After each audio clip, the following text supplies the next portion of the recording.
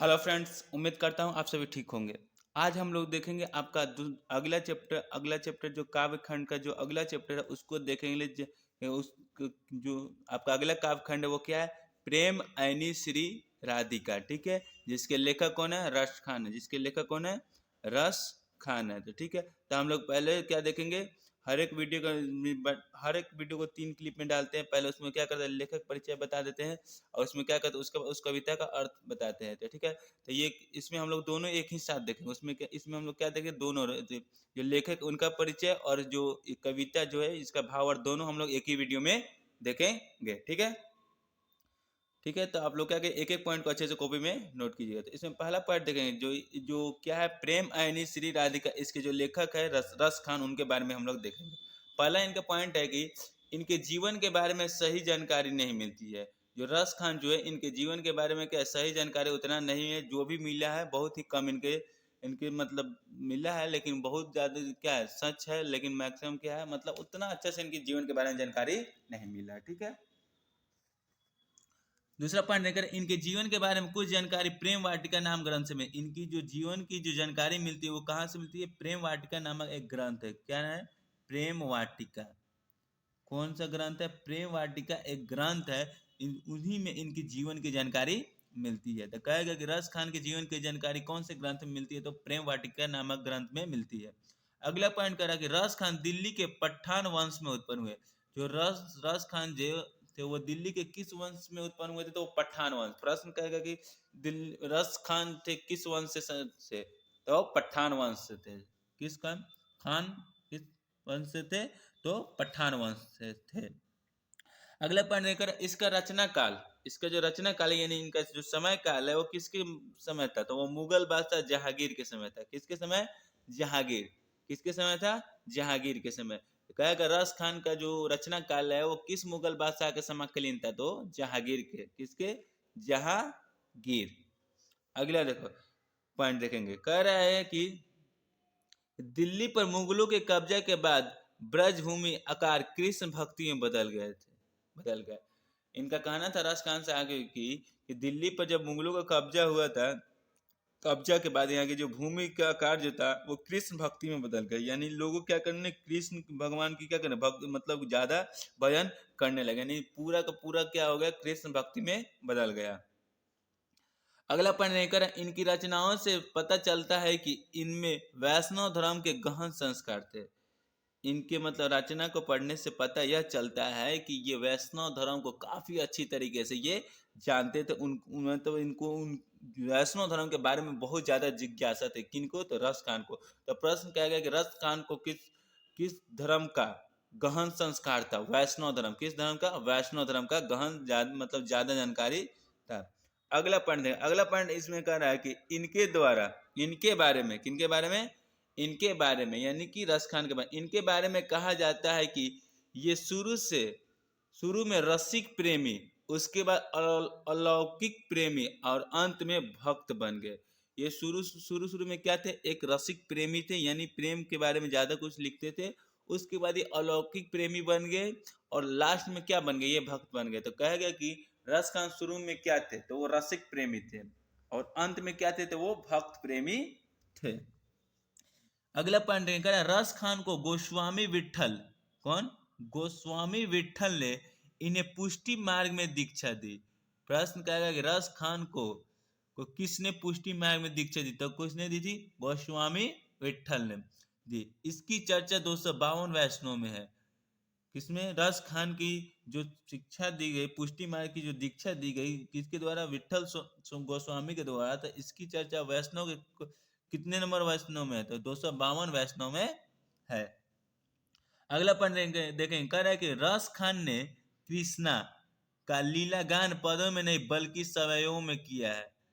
जो रस खान जो थे वो क्या थे, किनसे सबसे ज्यादा प्रेरित थे? वैष्णव धर्म से। तो वही कह रहा है कि रस खान ने कृष्णा का जो लीला गान जो है, उनके द्वारा जो गाए गए जो भी मतलब गीत है, उन्होंने उन्होंने कहाँ पे की संकलित किया है? तो कहाँ? सवयों में। कहाँ? पदों में ना करके किस में से किया है? तो सवयों में किया है। प्रश्न का रस खान कृष्णा का लीला गान पदों में ना करके कहाँ पे किया है? तो सवयों में। ठीक है, सवयों।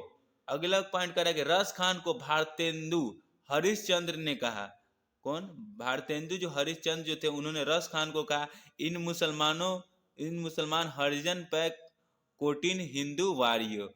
उनका कहना था, भारतेंदु हरिश्चंद्र का कहना था, इन मुसलमान हरिजन पे कोटिन हिंदू वारिये, यानी इस मुसलमान में क्या है, हिंदू का लक्षण देखने को मिलता है। कौन कहा था ये बात? तो भारतेंदु हरिश्चंद्र ने कहा था। अगला पॉइंट देखें, कह रहा है कि रस खान के दो ग्रंथ है, एक प्रेम वाटिका जिनमें इनकी जानकारी मिलती है, मतलब जीवन की जानकारी मिलती है, जो किससे संबंधित है? प्रेम से। प्रेम वाटिका का संबंध किससे? तो प्रेम से संबंध है।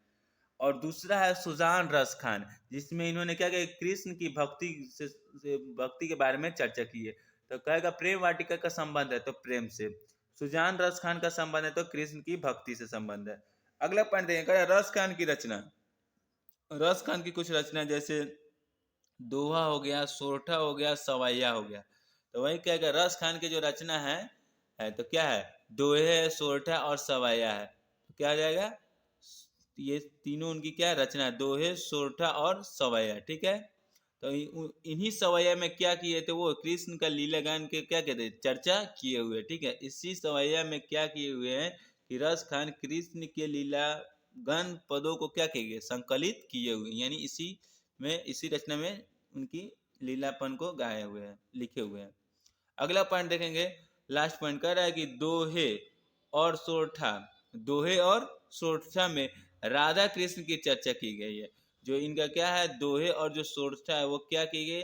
इसमें राधा कृष्ण की चर्चा की, जबकि सवैया में कृष्ण और वर्ज की चर्चा की। ये बहुत इंपॉर्टेंट है, इसको ध्यान रखिएगा। कहेगा कि दोहे और सोरठा में किसकी चर्चा की गई? तो राधा और कृष्ण की, यानी इन दोनों की चर्चा की गई। दोहे और सोरठा में दोनों में किनकी चर्चा की गई है? तो राधा और कृष्ण की। जबकि एक सिंगल बच गया सवैया, तो सवैया में किसकी चर्चा की? कृष्ण और ब्रज की, कृष्ण और ब्रज की। ठीक है।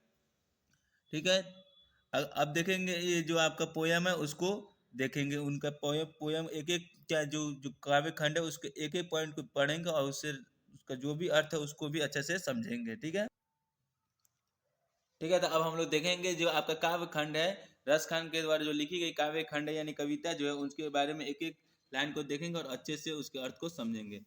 पहला इनका कविता की जो लाइन करेंगे, प्रेम ऐनी श्री राधिका प्रेम बरनंद नंद प्रेम बाटिका के दोऊ माली मालिन द्वंद। यानी इस पंक्ति के अनुसार रस खान का यह कहना है कि राधिका प्रेम का खजाना है। राधिका क्या है? प्रेम का खजाना है, जबकि कृष्ण प्रेम का रूप है। आपका ऑब्जेक्टिव में भी पूछ सकता है कि राधिका क्या है? तो वो प्रेम का खजाना, और कृष्ण क्या है? तो वो प्रेम का रूप है। ठीक है। अगला और आगे कह रहा है कि प्रेम रूपी बाग में माली मालिन के जैसे।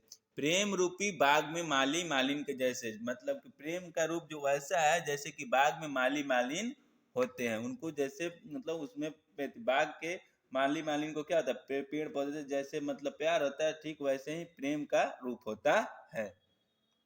ठीक है। तो प्रश्न आपका ऑब्जेक्टिव बन सकता है, यहाँ से कह सकता है, कहेगा कि राधिका किसका खजाना है? तो वो प्रेम का खजाना है। जबकि कृष्ण किसका खजाना है, किसका रूप है? तो वो प्रेम का रूप है। तो खजाना किसको माना गया? राधिका को माना गया। और रूप किसको माना गया है? तो श्री कृष्ण जी को माना गया है।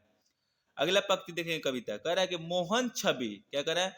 मोहन छवि रस खानी लखी अब दृग।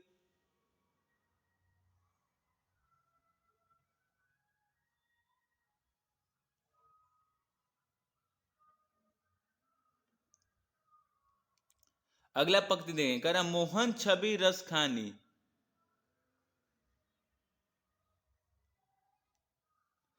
अगला पंक्ति देखेंगे हम लोग, मोहन छवि रस खानी लखी अब दृग अपने नाही आचे आवत धनुष से छूटे सर से जाही। यानी इस पंक्ति के अनुसार रस खान का कहना है कि एक बार श्री कृष्ण का रूप देख लेने के बाद दूसरा रूप देखने का मन ही नहीं करता है। यानी रस खान का कहना है इस पंक्ति के अनुसार कि एक बार श्री कृष्ण जी का रूप देख लेने के बाद दूसरा किसी का रूप देखने का थोड़ा भी मन नहीं करता है।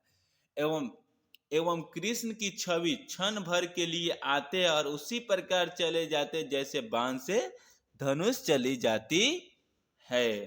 ठीक है। अगला पंक्ति देखेंगे कविता का, कहना कि मुंह मन मानिक लय गायो चितय चोर नदनंद अब बेमन माँ मैं का करूं परी फिर के फंद। यानी इस पंक्ति के अनुसार रस खान का यह कहना है कि मैंने मन को श्री कृष्ण से चुरा लिया है। मैंने जो मन को क्या है वो श्री कृष्ण से चुरा लिया, यानी मेरा मन हमेशा किसके बारे में सोचता है, श्री कृष्ण जी के बारे में सोचता है, जिसके कारण अब मैं बेमन हो गया हूँ। जिसके कारण क्या, मैं अब बेमन हो गया हूँ, मेरा मन इच्छा रहित हो गया, यानी मेरे मन में अब कोई इच्छा नहीं है और मैं श्री कृष्ण के प्रेम के जाल में पूरी तरह फंस गया हूँ। यानी कि मुझमें सिर्फ और सिर्फ किससे प्रेम, मेरे अंदर सिर्फ और सिर्फ किससे प्रेम, किसके प्रेम में बसा हुआ, तो वो सिर्फ और सिर्फ श्री कृष्ण जी का प्रेम बसा हुआ। मैं उनकी प्रेम में पूरी तरह मतलब फंस गया हूँ। यानी उसके अलावा, उनके अलावा हम किसी और से प्रेम नहीं कर सकता हूँ, भगवान की बात करें तो। अगला अगला अगला पंक्ति देखेंगे हम।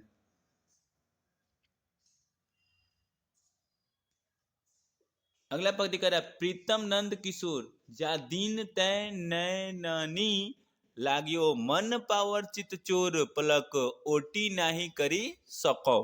यानी इस पंक्ति के अनुसार रस खान का यह कहना है कि हर पंक्ति को जब कहेगा भावार्थ लिखने के लिए, तो हम लोग हर पंक्ति में यह लिखेंगे कि इस पंक्ति के अनुसार लेखक का यह कहना है, या फिर लेखक का नाम याद रहेगा तो आप लोग लेखक का नाम लिख दीजिएगा, ताकि अच्छा मतलब जो कॉपी चेक करेगा तो उसको हाँ लगे कि हाँ ये अच्छे तरीके से सजा कर लिखा है। तो ठीक है, इसमें लेखक का नाम पता है रस खान है, तो इसमें लिखे मतलब ये लिखने से पहले बोल देंगे कि रस खान का इस पंक्ति के अनुसार यह कहना है कि जिस दिन से मैंने प्रेमी श्री कृष्ण को देखा हूं, उसने मेरा मन चुरा लिया। हर पल कृष्ण एवं राधा की सुंदरता को बिना पलक झपकाए देखते रहते। यानी कि इन पंक्ति के अनुसार रस खान कहना है, जिस दिन से मैंने प्रेमी श्री कृष्ण को देखा है, उसने मेरा मन ही चुरा लिया है। हर पल कृष्ण एवं राधा की सुंदरता को बिना पल के झपकाए देखते रहता हूँ। यानी उन्हीं के चेहरे को हमेशा याद करते रहता हूँ। ठीक है, अगला पॉइंट देखेंगे। अगला पॉइंट कर रहा है, या लकुटी अरु कमरिया पर राज तिहू पूरी की ताजी डरो आठों सिद्धि नवो निधि को सुख नद की गाय चराए बिसरे। यानी इस पंक्ति के अनुसार रस खान का यह कहना है कि श्री कृष्ण की लाठी और कंबल मिल जाए तो मैं 3 लोक के राज को त्याग दूंगा।